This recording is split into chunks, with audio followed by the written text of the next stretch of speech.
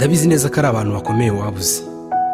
Ni ukuvuga ngo abantu bagize icyo barusha abandi mu buryo bugaragara utakwirengagiza.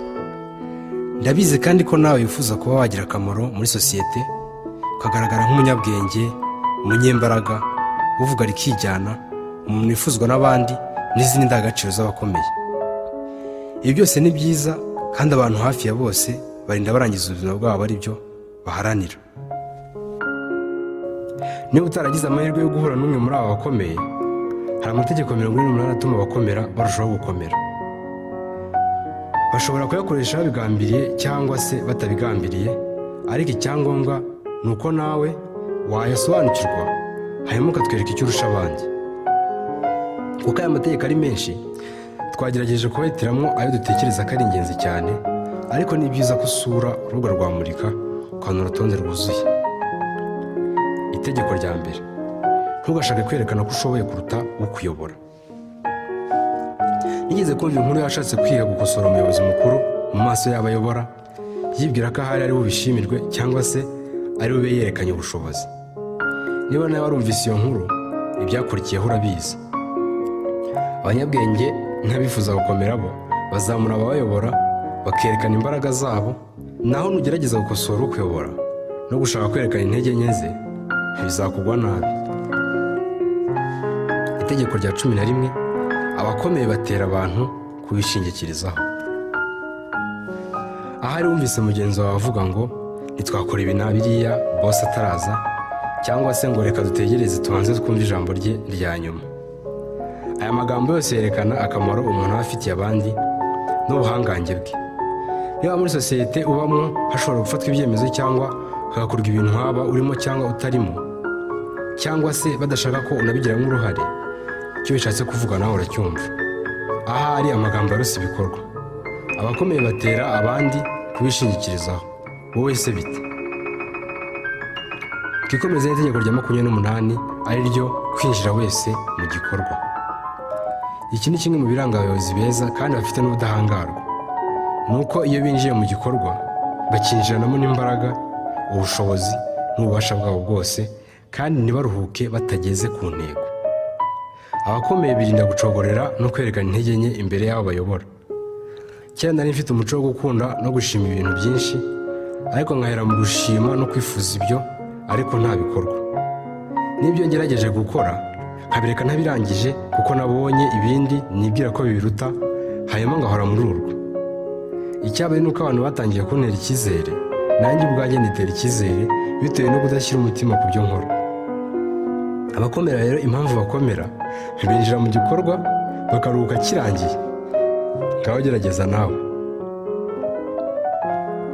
Itegeko rya 36: abakomeye basuzugura ibyo babona bigoye cyangwa badashobora kugeraho.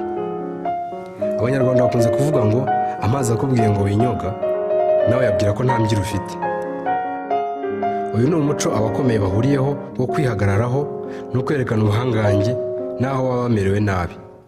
Iyo weretse umuntu ko umukeneye cyane, uba uri gukora ibintu bibiri: uba uri kwigira umucakara we, kandi uba uri no kwitera icyizere cy'ubushobozi. Mfite umuyobozi ukunda kunshishikariza kugira umuco wo kwigira no kudategereza akavuye imuhana.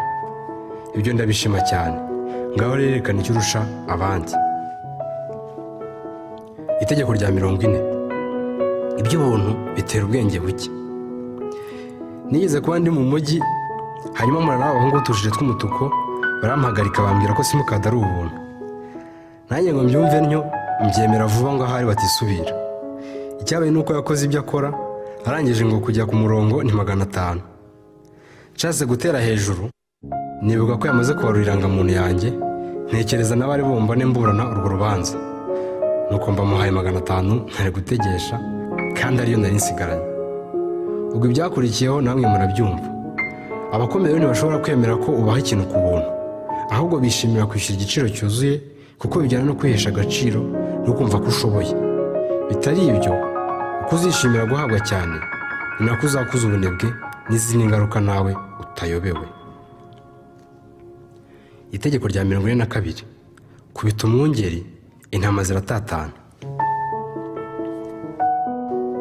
Habayeho ubwo inama nkuru y'ibirura yohereje umuvugizi wayo ku ntama kugira ngo bumvikane amahoro. Ikirura kiti kuki twahora mu kutumvikana, amahoro amahoro. Ariko ziriya mbwa nizo nyirabayazana wa byose, zihora zitumokera zinatwiyenzaho. Nimuzirukane, hanyuma nta kindi kibazo tuzongera kugirana mu mubano n'ubucuti bwacu iteka ryose. Intama n'amasoni zirabyumviriza, hanyuma zirukana inshuti n'umurinzi wazo ukomeye. Icyakurikiye namwe muracyumva, zahindutse umuhigo w'ibirura. Ibanga abakomeye bakoresha, birukana umwungeri hanyuma intama zigacika intege. Ushobora kwifuza kugira ikintu wakora, ariko wowe ntugire intego y'ibirura. Ariko ugasanga hari ubwigomeke butifuza ko wagira icyo ukora. Ibanga rikomeye rero ni uguca intege isoko yabwo, hanyuma ibisigaye bizikora. Itegeko rya 48 ari naryo rya nyuma ni ukugaragara nta shusho. Umunyabwenge yirinda gukurikiza imigenzo ya kera kandi akirinda gushyiraho amahame ahoraho, ahubwo agenzura ibyo mu gihe cye akanategura uko abyifatamo. Hariho umugabo wahingaga umurima we, hanyuma asigamo igishyitsi cyavunitse mu murima hagati. Rimwe urukwavu ruza rwiruka rwarangaye, hanyuma rukubaho ijosi rurapfa. Umugabo ngo abibone, abajugunya isuka ye yegera cya giti, akomeza gutegereza ko ahari yabona urundi rukwavu, ariko araheba. Bimuviramo guhinduka iciro ry'imigani. Ni ukuvuga ngo umuntu wagerageza kuyobora isi ya none akagira amatwara y'abami ba kera, yaba neza neza ari gukora nk'iby'uyu mugabo warebaga igiti. Abakomeye bahindukana n'ibihe, iterambere, imyumvire, ikiruta ibindi bagafata ishusho nk'iy'amazi. Amazi afata ishusho y'icyo uyashyizemo. Niba nawe wifuza gukomera, ugomba kwerekana impinduka, hanyuma ugashaka n'uburyo ubigendamo neza. Napoleon yaravuze ngo amategeko agenga none ashyirwaho n'abanone. Murakoze.